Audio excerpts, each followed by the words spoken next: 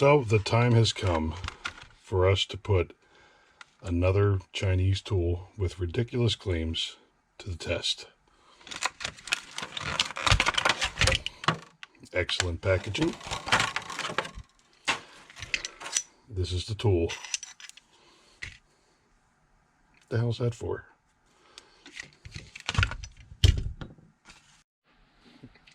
So before we get started, just looking at the package, most of you don't know that I'm dyslexic and farsighted, so if I'm picking out stuff on your packaging, yeah, you did pretty bad.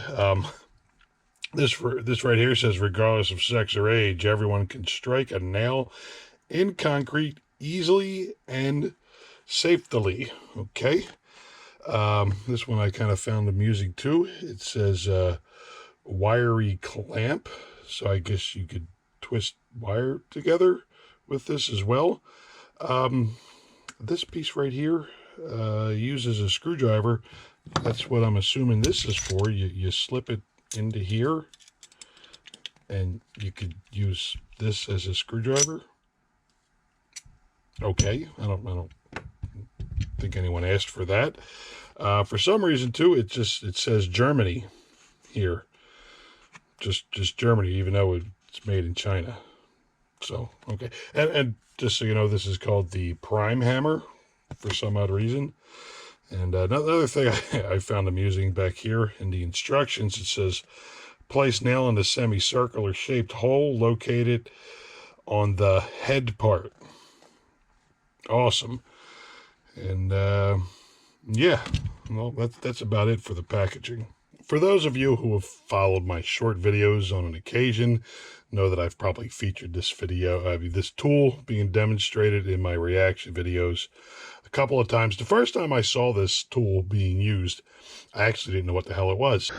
What the hell tool is that, and what the hell are you doing with it? They were demonstrating a wrench that they had, and as tradition goes, you must use 3 of the wrong tools before you use the right tool, and this was one of the tools they were using as a wrench. According to the sheet here, it can be used as a wrench. But the thing is with this is its main purpose is to hold a nail into place when you're hammering it in.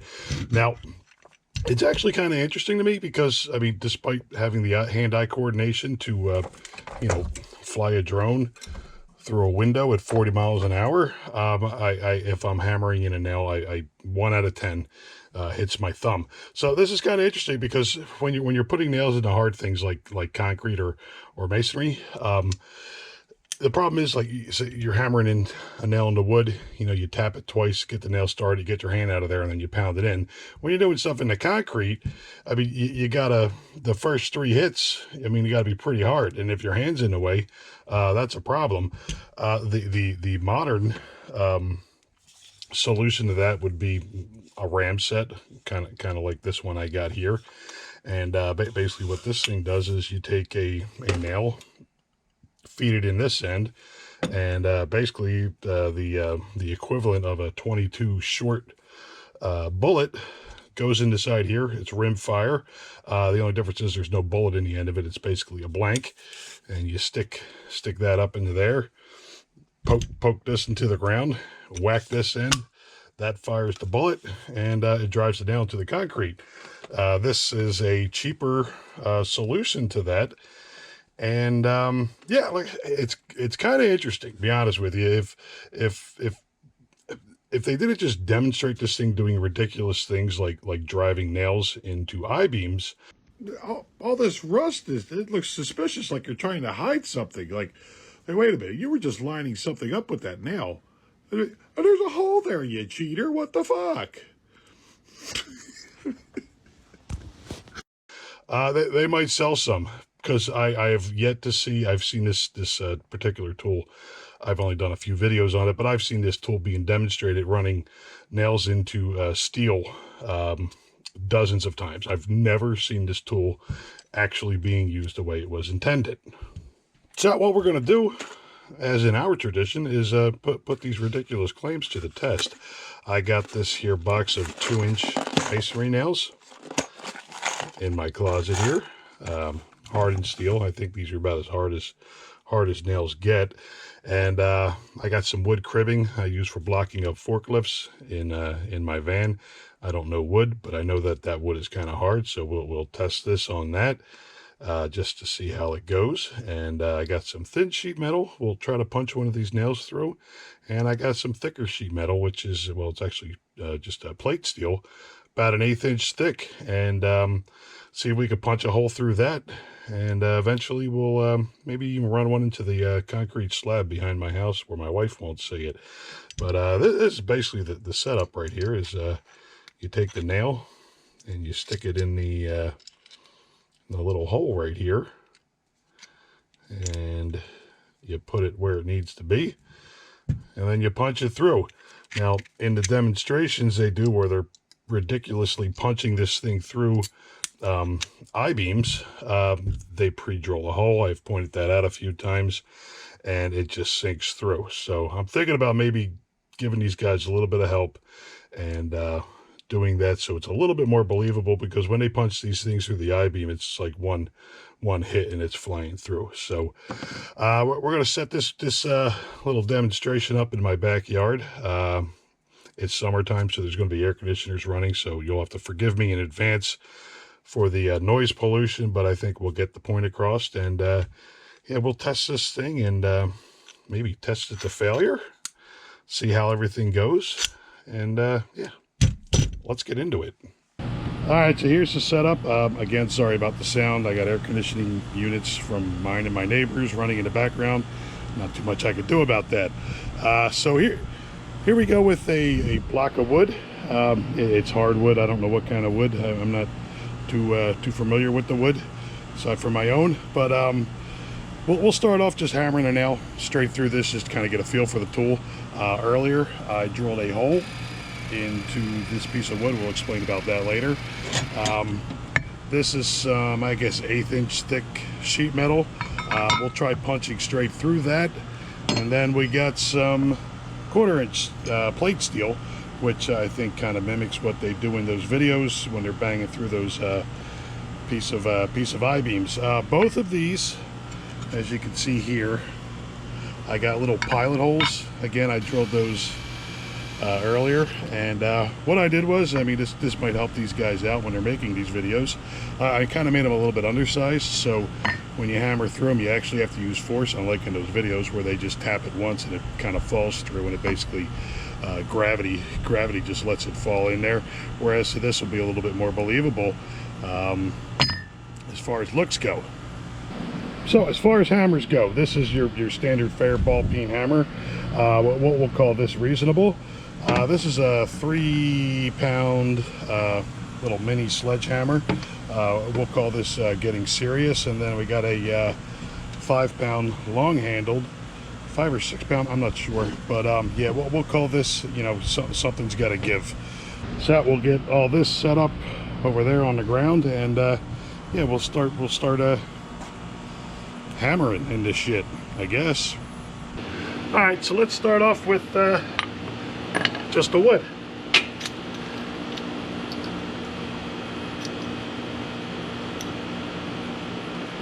Nail in there like that.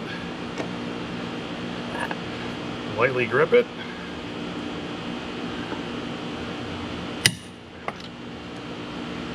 Not bad.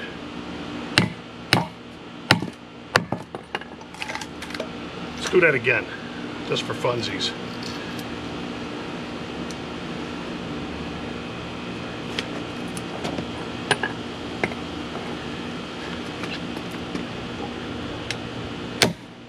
Totally missed.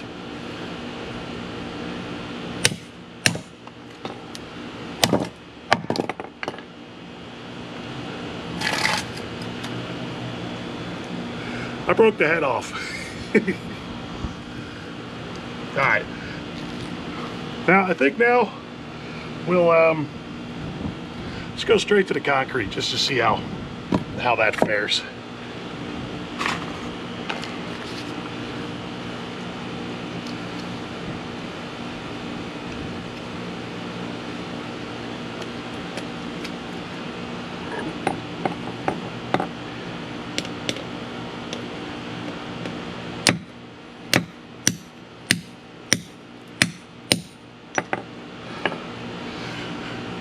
kind of works.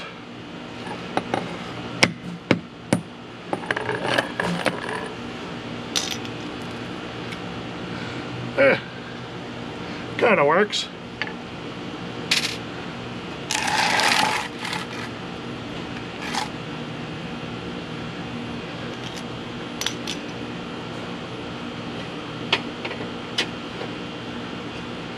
Now the thin sheet metal, we're going to use this little hole right here, so we don't have any resistance going through the wood to punch the nail through.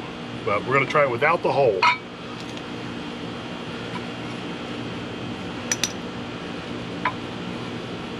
Right there.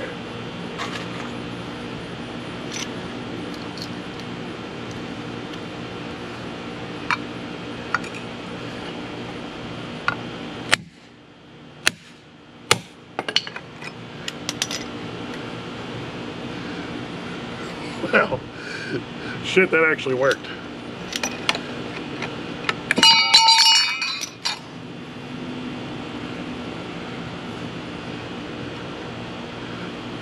There you go. No need for a pilot hole on that one. 1/4 inch.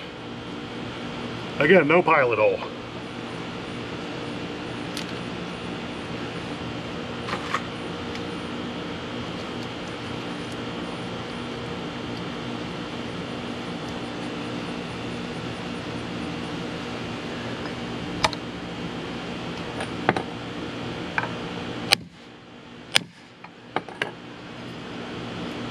It's trying.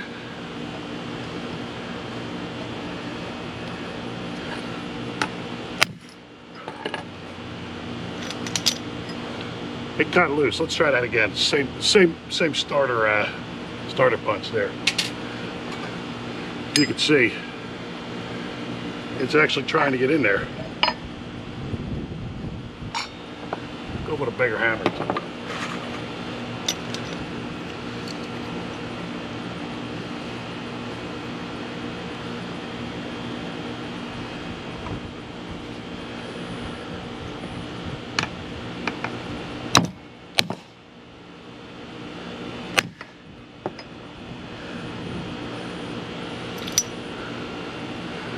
Then another one.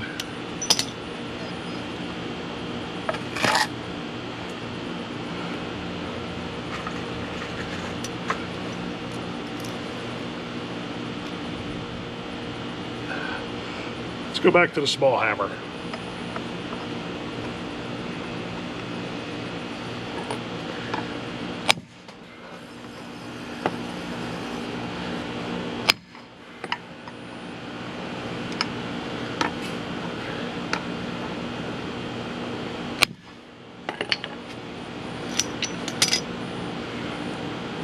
Nope. It just bends it. Alright, let's try it with the pilot hole now.